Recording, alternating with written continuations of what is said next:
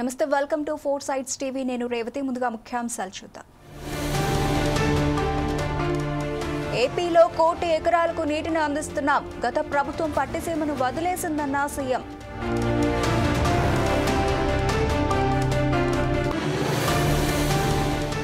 దక్షిణ తెలంగాణను ఎడారిగా మార్చే కుట్ర. రేవంత్ ఢిల్లీలో జల్సాలు చేస్తున్నారన్న కేటీఆర్.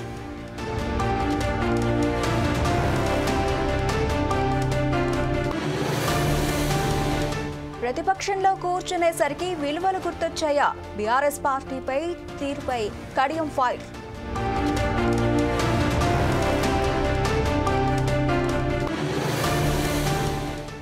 శ్రీవారి వార్షిక బ్రహ్మోత్సవాలకు ఏర్పాట్లు పూర్తి. ఈ నెల 28న సాయంత్రం స్వామివారి గరుడ సేవ.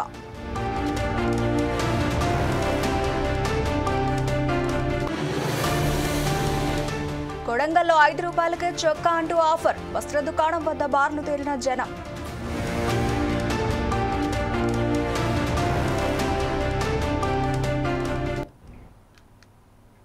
రెటిగా డీటెయిల్స్ చూస్తే, దేశంలో నదుల అనుసంధానం చేస్తే అందరికీ ప్రయోజనం కలుగుతుందని ఏపీ సీఎం చంద్రబాబు అన్నారు. రాష్ట్రంలో నీటి సమర్థ నిర్వహణ అంశంపై అసెంబ్లీలో జరిగిన చర్చలో సీఎం ప్రసంగించారు. రాయలసీమ ప్రాంతంలో వేరుశనగ విత్తనాలు వేస్తే ఖర్చు కూడా రాని పరిస్థితి ఉండేదని అన్నారు. నష్టపోయిన రైతులకు ఇన్పుట్ సబ్సిడీ ఇచ్చి ఆదుకున్నామని తెలిపారు. ఉమ్మడి రాష్ట్రంలో పాలమూరు, నల్గొండ జిల్లాల్లోనూ తీవ్రమైన నీటి కొరత ఉండేదని గుర్తు చేశారు. శ్రీశైలం లెఫ్ట్ మైన్ కెనాల్ ద్వారా ఎత్తిపోతల ఏర్పాటు చేసి నీళ్లు ఇచ్చామని చెప్పారు. దేశంలో తొలిసారిగా నదుల అనుసంధానాన్ని చేపట్టిన రాష్ట్రం ఆంధ్రప్రదేశ్ అని తెలిపారు. గత ప్రభుత్వంలో పట్టిసీమ ఎత్తిపోతలను వినియోగించలేదని సీఎం చంద్రబాబు ఆగ్రహం వ్యక్తం చేశారు.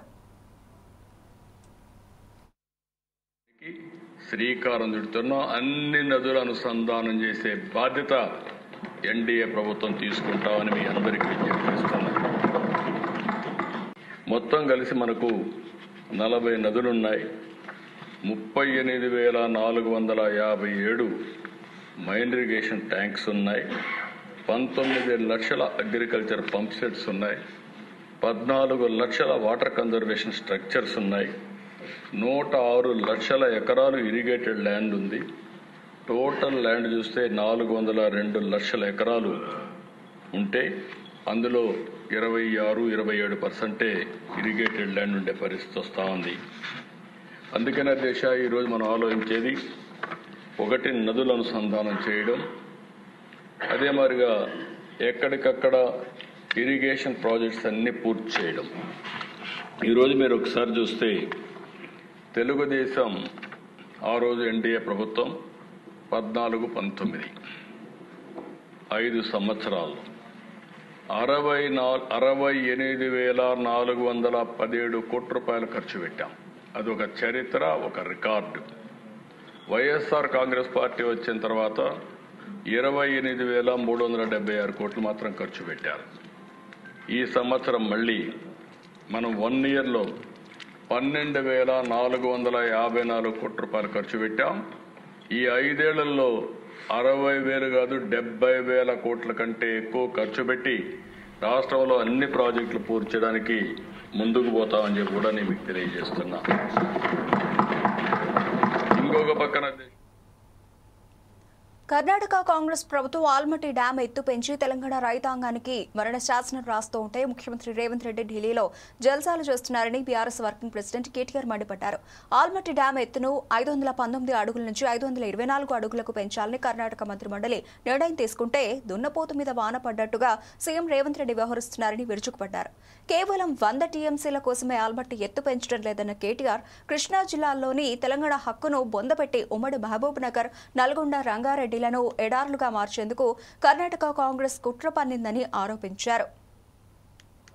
నిర్ణయం తీసుకొని 519 అడుగుల నుంచి 524 అడుగులకి ఆల్మట్టి డ్యామ్ ఎత్తు పెంచాలనే ప్రయత్నం చేస్తున్నదో ఇది తెలంగాణ ప్రజల ప్రయోజనాలకు, తెలంగాణ ముఖ్యంగా మహబూబ్ నగర్, నల్లగొండ, ఖమ్మం, అదేవిధంగా రంగారెడ్డి జిల్లా ప్రజలందరికీ కూడా ఇది ఒక దారుణాతిదారుణమైన నిర్ణయంగా పరిణమిస్తుంది. ముఖ్యంగా మన రైతులకు కానీ, ఈ ప్రాంత ప్రజలకు కానీ కృష్ణా జలాల్లో మనకు శాశ్వతంగా మన హక్కులకు గండిగొట్టే ఒక ప్రయత్నం కర్ణాటక ప్రభుత్వం చేస్తూ ఉన్నది. ఇక్కడ వాస్తవం ఏంటి అంటే 70,000 కోట్ల రూపాయలు కేవలం ఒక భూసేకరణ కోసమే కర్ణాటక ప్రభుత్వం మరి ఆల్మట్టి డ్యామ్ ఎత్తు పెంచడానికి నిర్ణయం తీసుకొని 70,000 కోట్ల రూపాయలు ఏదైతే కేటాయించిందో దీనివల్ల శాశ్వతంగా తెలంగాణలో ఒక చుక్క కృష్ణా నీళ్ళు కూడా మనకు అందకుండా పోతుంది. ఇవాళ కర్ణాటకలో ఉన్నది కాంగ్రెస్ ప్రభుత్వం, తెలంగాణలో ఉన్నది కాంగ్రెస్ ప్రభుత్వం. కానీ ఇప్పటి వరకు మన తెలంగాణ ప్రభుత్వానికి కనీసం సోయి కూడా లేదు, ఆలోచన కూడా లేదు. దున్నపోతు మీద వానపడ్డట్టు రేవంత్ రెడ్డి గారు ఇవాళ ఎక్కడో ఢిల్లీలో జల్సాలు చేస్తూ ఇక్కడ కనీసం తెలంగాణ ప్రాంత రైతాంగానికి సంబంధించిన ఇంత ముఖ్యమైన సమస్య విషయంలో స్పందించడం లేదు. పాలమూరు బిడ్డగా చెప్పుకునే రేవంత్ రెడ్డి గారు మరి కేసీఆర్ గారి గవర్నమెంట్లో కట్టిన పాలమూరు రంగారెడ్డి ఎత్తిపోతల పథకం దాదాపు 90% పూర్తయింది. ఇవాళ అక్కడ నీళ్లు లేకపోతే, పైనుంచి నీళ్లు రాకపోతే మనకి ఎక్కడి నుంచి ఆ పాలమూరు రంగారెడ్డి ఎత్తిపోతల పథకం ఫలవంతమవుతుంది? మీరు గొప్పగా పెట్టుకున్న నారాయణపేట కొడంగల్ ఎత్తిపోతల పథకంలో కూడా జూరాలకి బీఆర్ఎస్ పార్టీపై స్టేషన్ ఘనపూర్ ఎమ్మెల్యే కడియం శ్రీహరి తీవ్ర స్థాయిలో మండిపడ్డారు. 10 ఏళ్ల కేసీఆర్ పాలనలో 36 మంది ఇతర పార్టీ ఎమ్మెల్యేలను బీఆర్ఎస్ పార్టీలో చేర్చుకున్నారని అన్నారు. అందులో 2 మంత్రులుగా కూడా చేశారన్నారు. అప్పుడు వాళ్లతో ఎందుకు రాజీనామా చేయించలేదని గుర్తు చేశారు. ప్రతిపక్షంలో కూర్చునేసరికి విలువలు గుర్తొచ్చాయా అంటూ నిలదీశారు. బీఆర్ఎస్ పార్టీ చేస్తే సంసారం, పక్క పార్టీ చేస్తే వ్యభిచారమా అని కడియం ఘాటుగా అన్నారు. ఆనాడున్న బీఆర్ఎస్ పెద్దలు, ఆనాడున్న ముఖ్యమంత్రి కేసీఆర్ గారు 10 సంవత్సరాల అధికారంలో ఉన్న కాలంలో నాకు తెలిసి సబ్జెక్ట్ కరెక్షన్ ఒకటి అటు ఇటుగా 36 మంది ఎమ్మెల్యేలను పార్టీలో చేర్చుకున్నారు. 36 మంది, 1 కాదు 2 కాదు, 10 సంవత్సరాల కాలంలో 2 టర్మ్స్లలో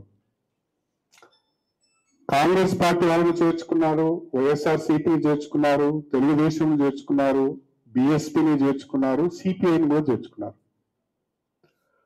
36 మంది ఎమ్మెల్యేలను చేర్చుకున్నారు. అందులో 2 మంత్రులు కూడా చేశారు. మొదటి విడత శ్రీనివాస్ యాదవ్ గారు మంత్రి చేశారు, 2వ విడత సబితా ఇంద్రారెడ్డి గారిని మంత్రి చేశారు. ఆ 36 మందిలో ఏ ఒక్కరు కూడా రాజీనామా చేయలేదు. ఆ 36 మందిలో ఏ ఒక్కరు కూడా డిస్క్వాలిఫై కాలేదు. కానీ ఈరోజు ఆనాడు రాజకీయ వ్యవస్థనంతా సర్వనాశనం చేసి భ్రష్టు పట్టించిన కేసీఆర్ గారు ఈరోజు ఫామ్ హౌస్ కు పరిమితం అవుతున్నాడు.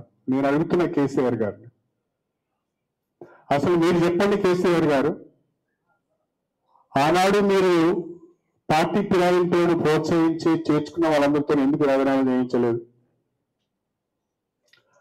ఆనాడు లేని రాజకీయ విలువలు, ఆనాడు లేని నైతిక విలువలు ఈ రోజు మీకు గుర్తుకొచ్చినాయా? అధికారం కోల్పోయిన తర్వాత గుర్తుకొచ్చినాయా? మీరు చెప్పండి, ఎందుకు ఆ రోజు ఆ రకంగా చేశారు, ఈ రోజు ఈ రకంగా చేశారు? అంటే మీరు చేస్తే సంసారం, వేరే వాళ్ళు చేస్తే వ్యభిచారమా? మీరు ఏమైనా శుద్ధ పూసలా?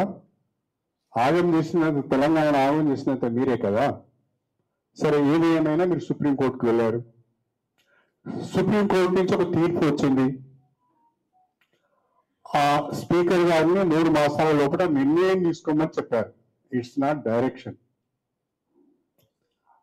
వారు ఏమన్నారు, స్పీకర్ గారు 3 మాసాల లోపల ఈ పిటిషన్లను డిస్పోజ్ చేయాలి, నిర్ణయం తీసుకోవాలన్నారు. స్పీకర్ గారు మా అందరికి కూడా నోటీసులు ఇచ్చారు. నాకు ఆ నోటీసుకు రిప్లై ఇవ్వడానికి నాకు ఇంకా టైం ఉన్నది. వారు ఒక్కొక్క సీఎం రేవంత్ రెడ్డి మీద బీఆర్ఎస్ వర్కింగ్ ప్రెసిడెంట్ కేటీఆర్ సెటైర్లు వేశారు. రేవంత్ రెడ్డి స్కూల్ మోడీ దగ్గర, కాలేజీ చంద్రబాబు దగ్గర, ఉద్యోగం రాహుల్ గాంధీ దగ్గర చేస్తున్నారు అంటున్నారని ఎద్దేవా చేశారు. కానీ హై స్కూల్ మన దగ్గర చదివిన సంగతి చెప్పడం లేదన్నారు. మన స్కూల్లో ఫెయిల్ అయ్యాడని రేవంత్ రెడ్డిని కేసీఆర్ పంపించేశాడని కేటీఆర్ అన్నారు.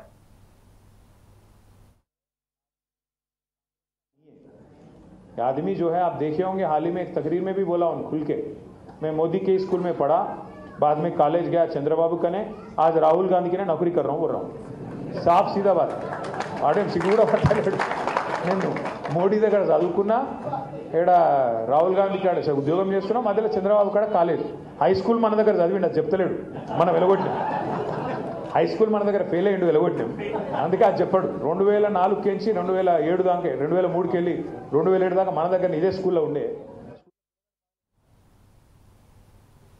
అభివృద్ధి పనులను శాఖల వారీగా ప్రాధాన్యత క్రమంలో రేషనలైజేషన్ చేసుకుని రావాలని deputy CM sub committee chairman Bhati Vikramarka అన్నారు. సచివాలయంలో infrastructure capital works sub committee సమావేశం జరిగింది. సమావేశంలో మంత్రులు సబ్ కమిటీ సభ్యులైన ఉత్తమ్ కుమార్ రెడ్డి, దుద్దెల శ్రీధర్ బాబు పాల్గొన్నారు. 1:3% చొప్పున ప్రతిపాదనలు తీసుకురావాలని డిప్యూటీ సీఎం ఆదేశించారు. సూచించిన మేరకు అన్ని శాఖల ప్రధాన కార్యదర్శులు వారంలోగా పూర్తి స్థాయి ప్రతిపాదనలతో సమావేశానికి రావాలని చెప్పారు.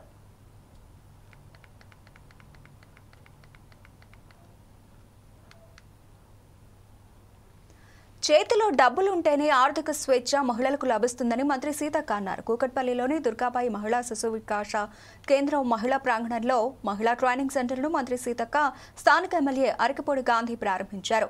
లైట్ హౌస్ సంస్థ ఆధ్వర్యంలో ట్రైనింగ్ సెంటర్లో గృహిణులకు కంప్యూటర్ కోర్సులు, బ్యూటీషియన్, ఫ్యాషన్ డిజైనింగ్, వివిధ రంగాల్లో నైపుణ్య శిక్షణ, స్పోకెన్ ఇంగ్లీష్, కుటుంబిషన్, ఉపాధి కల్పన శిక్షణ తరగతులు నిర్వహిస్తున్నారు. శిక్షణ పొందుతున్న మహిళల అభిప్రాయాలను తెలుసుకున్నారు మంత్రి సీతక్క. ప్రభుత్వ చేయూతని సద్వినియోగం చేసుకుని వ్యాపారవేత్తలుగా ఎదగాలని మంత్రి ఆకాంక్షించారు.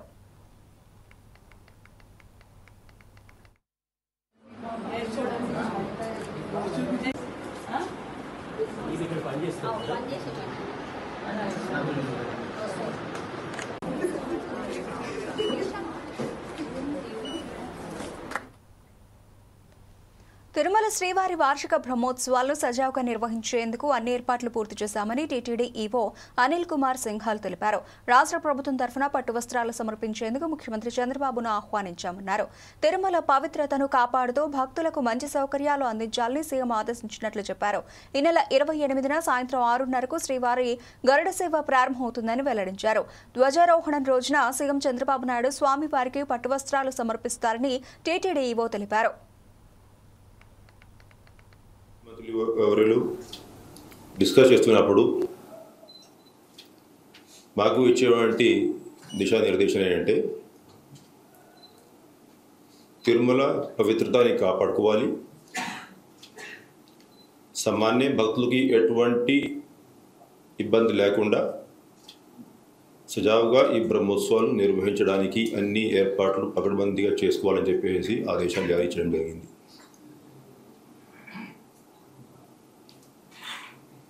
అవే ఆదేశాలు దృష్టిలో పెట్టుకొని మైన్యూట్గా అన్ని అంశాల మీద వివిధ డిపార్ట్మెంట్స్ అందరూ కూడా ఫోకస్ చేసుకొని కృషి చేస్తూ ఉన్నారు.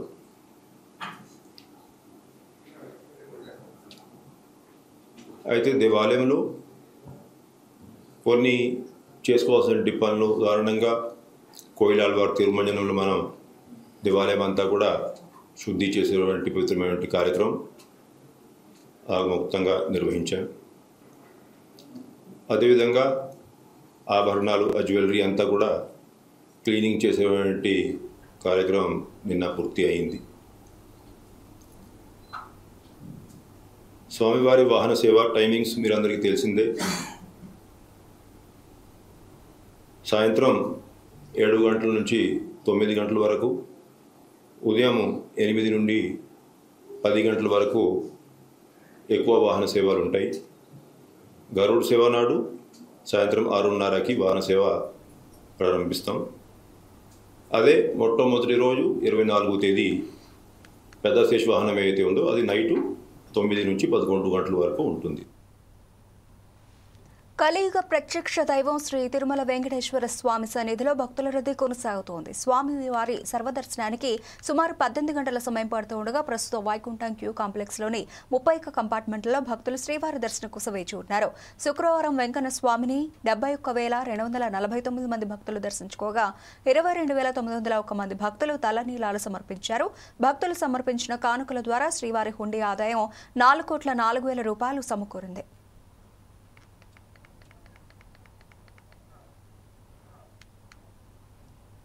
జగిత్యాల జిల్లా మెట్పల్లి పట్టణ ప్రభుత్వ సామాజిక వైద్యశాల అవుట్ సోర్సింగ్ సిబ్బంది తమకు జీతాలు రావట్లేదంటూ హాస్పిటల్ ముందు ధర్నా నిర్వహించారు.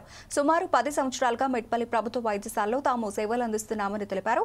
తమకు ప్రభుత్వం నుంచి 15,000 రూపాయల జీతం నిర్ణయించగా కింగ్సన్ అనే సంస్థ ఉద్యోగులకు 10,000 రూపాయలు మాత్రమే జీతం చెల్లిస్తూ వెట్టి చాకరీ చేస్తున్నారని ఆవేదన వ్యక్తం చేశారు. గత 8 నెలలుగా జీతం చెల్లించకపోవడంతో అప్పులు ఎక్కువై కుటుంబాలు రోడ్డున పడాల్సిన పరిస్థితి వచ్చిందని వాపోయారు. కింగ్సన్ సంస్థను రద్దు చేయాలని ప్రభుత్వ అధికారులకు కోరారు.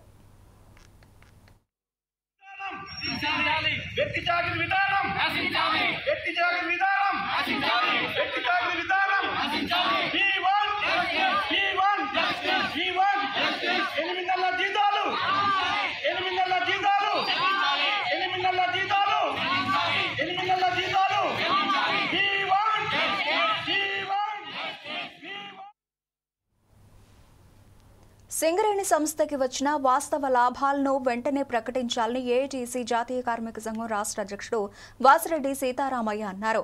కార్మికులకు లాభాల్లో నుంచి 35% వాటా చెల్లించాలని డిమాండ్ చేశారు. సింగరేణి యాజమాన్యం మొండి వైఖరి నిరసిస్తూ మంచిర్యాల జిల్లా శ్రీరాంపూర్ ఏరియా జీఎం కార్యాలయం ముందు ఏఐటీసీ కార్మిక సంఘం ఆధ్వర్యంలో పెద్ద ఎత్తున ఆందోళన చేపట్టారు. 2024-25 ఆర్థిక సంవత్సరానికి వచ్చిన లాభాలను యాజమాన్యం వెంటనే ప్రకటించాలన్నారు. లాభాల వాటాపై యాజమాన్యం మొండి వైఖరి అవలంబిస్తే సమ్మెకైనా వెడతామని హెచ్చరించారు. కరెక్ట్గా ఇప్పటికి సంవత్సర కాలం అయింది. ఈ సంవత్సర కాలంలో ఒకసారి సిఎండి లెవెల్లో, 2 సార్లు డైరెక్టర్ లెవెల్లో స్ట్రక్చర్ సమావేశాలు జరిగినాయి. 23-24 డిమాండ్లు పెడితే దాదాపు 13-14 డిమాండ్లని యాజమాన్యం అంగీకరించింది. ఒక 2-3 డిమాండ్ల పైన కమిటీ ఏర్పాటు చేశారు. కమిటీ ఏర్పాటు చేసిన డిమాండ్లు ఏమైనాయో చెప్పడం లేదు. ఇప్పటివరకు ఒప్పుకున్న డిమాండ్ల పైన సర్క్యులర్లు ఇవ్వరు, అన్నీ పెండింగ్ ఉంటాయి. కాబట్టి ఇవాళ సింగరేణి కార్మికులు అందరిలో తీవ్రమైన అసంతృప్తి. లాభాల వాటా ఆగస్టు 24వ తారీఖు నాడు హైదరాబాద్లో బోర్డ్ ఆఫ్ డైరెక్టర్స్ మీటింగ్ జరిగింది. ఎంత లాభాలు వచ్చినాయో ఏందో అంత లెక్కలైనవి. మరి ఇప్పటి వరకు కూడా ఎందుకు చెప్తలేరు? దీని వెనక ఏమైనా కుట్ర ఉన్నదా అని మేము ప్రశ్నిస్తూ ఉన్నాం. ఇవాళ రాష్ట్ర ప్రభుత్వం, సింగరేణి యాజమాన్యం మరి కుమ్ముక్కై సింగరేణికి అన్యాయం చేసే పరిస్థితి వస్తే ఎట్టి పరిస్థితుల్లో కూడా ఏఐటీసీ చూస్తూ కూర్చోదు. నిన్నగాక మొన్న మీరు చూశారు, ఈ రాష్ట్రంలో ఉన్న తెలంగాణ రాష్ట్రంలో ఉన్నటువంటి 33 జిల్లాలలో స్కూళ్ళకి సింగరేణి తరఫున 146,75,00,000 రూపాయలు ఇవ్వడం జరిగింది. డిఎంఎఫ్టీ నిధులు. డిఎంఎఫ్టీ నిధులు ఎక్కడ ఖర్చు పెట్టాలి? సింగరేణి ప్రాంతంలో ఖర్చు పెట్టాలి. సింగరేణి కార్మికుల అభివృద్ధికి ఖర్చు పెట్టాలి. సింగరేణి ప్రాంత చుట్టుపక్కల గ్రామాల అభివృద్ధికి ఖర్చు పెట్టాలి. కానీ డబ్బు తీసుకుపోయి ఎక్కడో జిల్లాలలో, ఇది టీఆర్ఎస్ గవర్నమెంట్ ఉన్నప్పుడే అలవాటు చేశారు. అంతకుముందు లేదు. 2014 కంటే ముందు డిఎంఎఫ్టీ నిధులు కానీ, సిఎస్ఆర్ నిధులు కానీ సింగరేణి ప్రాంత అభివృద్ధికే ఖర్చు పెట్టారు. టీఆర్ఎస్ వచ్చిన తర్వాత ఆ నిధులు దుర్వినియోగం చేశారు. చిన్నపిల్లలకు అందాల్సిన పౌష్టికాహారం మందుబాబులకు పౌష్టికాహారంగా మారుతోంది. పిల్లల ఆరోగ్య రక్షణ కోసం ప్రభుత్వమే ప్రత్యేకంగా కేటాయిస్తున్న కోడిగుడ్లు అంగన్వాడీ కేంద్రాల్లో నుండి పక్కదారి పడుతున్నాయి. ఏకంగా వైన్ షాప్, పర్మిట్ రూమ్లలో దర్శనమిస్తున్న అధికారులు మాత్రం ఏమాత్రం దృష్టి సారించడం లేదు.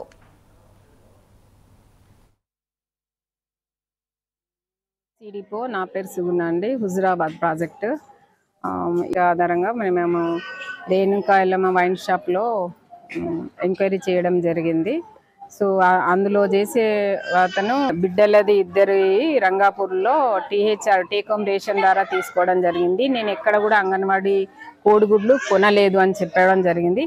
అక్కడ తెలుసుకున్న తర్వాత నేను రంగాపూర్ వెళ్ళడం జరిగింది. రంగాపూర్లో బుక్ బ్యాలెన్స్ ప్రకారం ఫిజికల్ బ్యాలెన్స్ కరెక్ట్గా ఉంది. నేను బెనిఫిషరీస్ను సంప్రదించగా ఎంక్వైరీ చేయగా వాళ్ళు మా బాబుకు, నేను మా అమ్మ నాన్న అక్కడ ఉంటారు కనుక మా నాన్న వైన్స్లో పనిచేస్తాడు, వాళ్ళు తినమని పంపాను కానీ నేను అమ్ముకోలేదు మేడం, మా అమ్మ నాన్నకి ఇచ్చాను తినమని. సో ఈ వినాయక చవితి శ్రావణం సందర్భంగా మేము అక్క చెల్లెలము ఇచ్చినామని వాళ్ళు నాకు రాతపూర్వకంగా రాసి ఇవ్వడం జరిగింది. తను కూడా అందులో పనిచేసే అతను కూడా, వాళ్ళ డాడీ కూడా నేను నిన్న 2 ట్రేలు తీసుకున్నాడంట, అక్కడ కూడా 2 ట్రేలు తీసుకున్నారండి. మన పైన ట్రే ఒకటి 10-15 ఎగ్స్ సెపరేట్ ఉన్నాయి.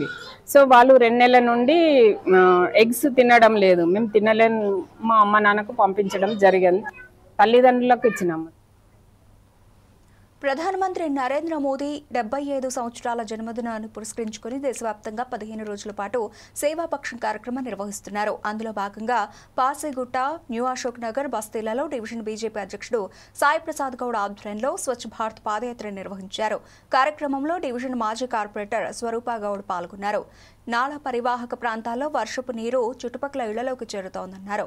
వర్షాకాల సమయంలో పరిసరాలను శుభ్రంగా ఉంచుకోవాలని సూచించారు.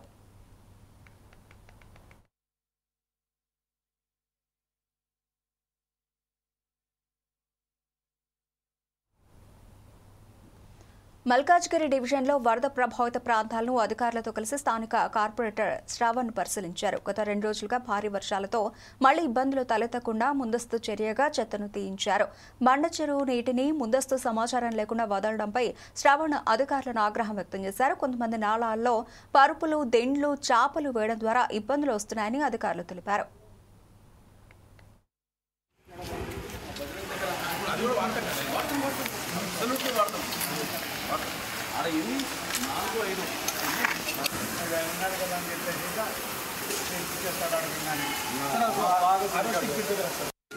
స్టేటస్ ఏంటో ఏం అర్థమైతలేదు. లేదు చెప్పి వర్షం పడుతున్నాయి కదా, ఆపుతా ఉన్నాం. ఇది అంటే క్లీన్ చేపిచ్చేస్తే ఒక వాటర్ లేదు, ఒక చుక్క కూడా వాటర్.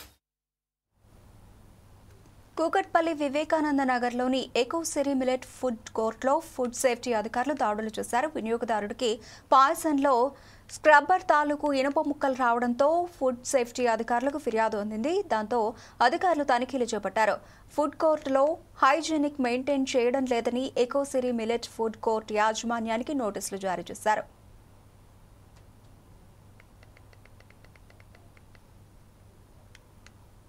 వికారాబాద్ జిల్లా కొడంగల్ పట్టణంలోని ఓ వస్త్ర దుకాణంలో జనాలకు రెచ్చిపోయి ఆఫర్ ప్రకటించారు.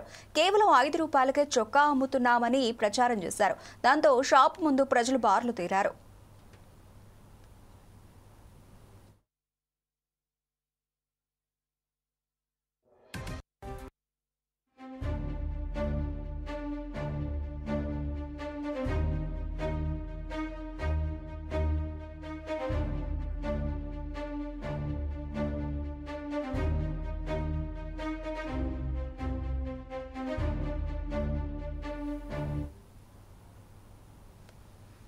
కొండగట్టు ఆంజనేయ స్వామివారి దేవస్థానంలో ఊరూరుకో జమ్మి చెట్టు, గుడి గుడికో జమ్మి చెట్టు కార్యక్రమంలో భాగంగా జమ్మి చెట్టును నాటారు చొప్పదండి మాజీ ఎమ్మెల్యే సుంకి రవిశంకర్.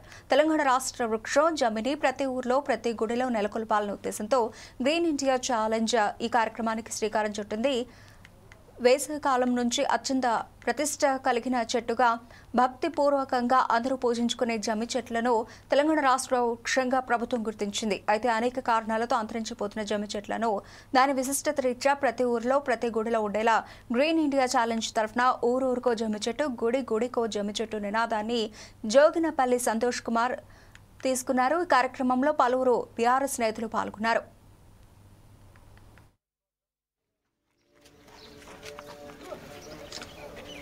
ముత్యంపేట గ్రామంలో కోరిన కోరికలు తీర్చే కొంగు బంగారం కొండగట్టు అంజన్న ఈరోజు గ్రీన్ ఇండియా ఛాలెంజ్లో భాగంగా గౌరవ కేసీఆర్ గారు ఇచ్చినటువంటి హరితహారం అనేటువంటి ఒక గొప్ప కార్యక్రమానికి స్ఫూర్తిగా తీసుకొని మాజీ ఎంపీ రాజ్యసభ సభ్యులైనటువంటి సంతోష్ కుమార్ గారు ఇచ్చినటువంటి గ్రీన్ ఇండియా ఛాలెంజ్లో భాగంగా ఈరోజు కొండగట్టులో మరి మల్యాల మండలం కొండగట్టులో ఈరోజు జంబీ వృక్షాన్ని మరి నాటడం జరిగింది. ముఖ్యంగా ఈ జంబీ ఈ యొక్క చెట్టు యొక్క ప్రాశస్త్యాన్ని తెలపడం కోసం తెలంగాణ రాష్ట్రం వచ్చిన తర్వాత గౌరవ ఈ రాష్ట్ర తొలి ముఖ్యమంత్రి వర్యులు కల్వకుంట్ల చంద్రశేఖరరావు గారు ఈ జంబీ వృక్షాన్ని మరి రాష్ట్ర వృక్షంగా ప్రకటించడం జరిగింది. అంతేకాకుండా ఈ వృక్షం మరి విజయానికి ప్రతీకగా భావిస్తాం. అంతేకాకుండా మరి ఆనాటి పురాతన కథల ప్రకారంగా పాండవులు కౌరవులతో యుద్ధం చేసేటువంటి సందర్భంలో మరి ఇదే జమ్మి చెట్టు పైన వారి యొక్క ఆయుధాలను బట్టలన్నీ కూడా దాచిపెట్టి విజయదశమి నాడు మరి ఈ ఆయుధాలను అదేవిధంగా వారికి సంబంధించినటువంటి వస్తువులన్నిటి కూడా తీసుకొని బంగారం కొనాలనుకునే వారికి మళ్లీ షాక్ తగిలింది. ఇటీవల 4-5 రోజులుగా బంగారం ధర పెద్దగా పెరగలేదు. ఇక పండగ సీజన్లో ఊరట దక్కుతుందనుకుంటే మళ్లీ పుంజుకుంటున్నాయి. బంగారం ధర రోజు పెరుగుతూనే సరికొత్త రికార్డులను నమోదు చేస్తోంది. దేశీయంగా బంగారం ధరలు ఇటీవల తగ్గగా ఇప్పుడు మళ్లీ స్వల్పంగా పెరిగాయి. హైదరాబాద్ మార్కెట్లలో 22 క్యారెట్లపై 150 రూపాయలు పెరగ్గా తులం బంగారం ధర 1,02,050 రూపాయలుగా ఉంది. ఇక 24 క్యారెట్ల బంగారం ధర 10 గ్రాములకు 1,11,330 రూపాయల వద్ద కొనసాగుతోంది. మరోవైపు వెండి ధర మరోసారి 2,000 రూపాయలు పెరిగింది. దాంతో ఇప్పుడు కిలోకు 1,43,000 రూపాయల మార్కుకు చేరింది.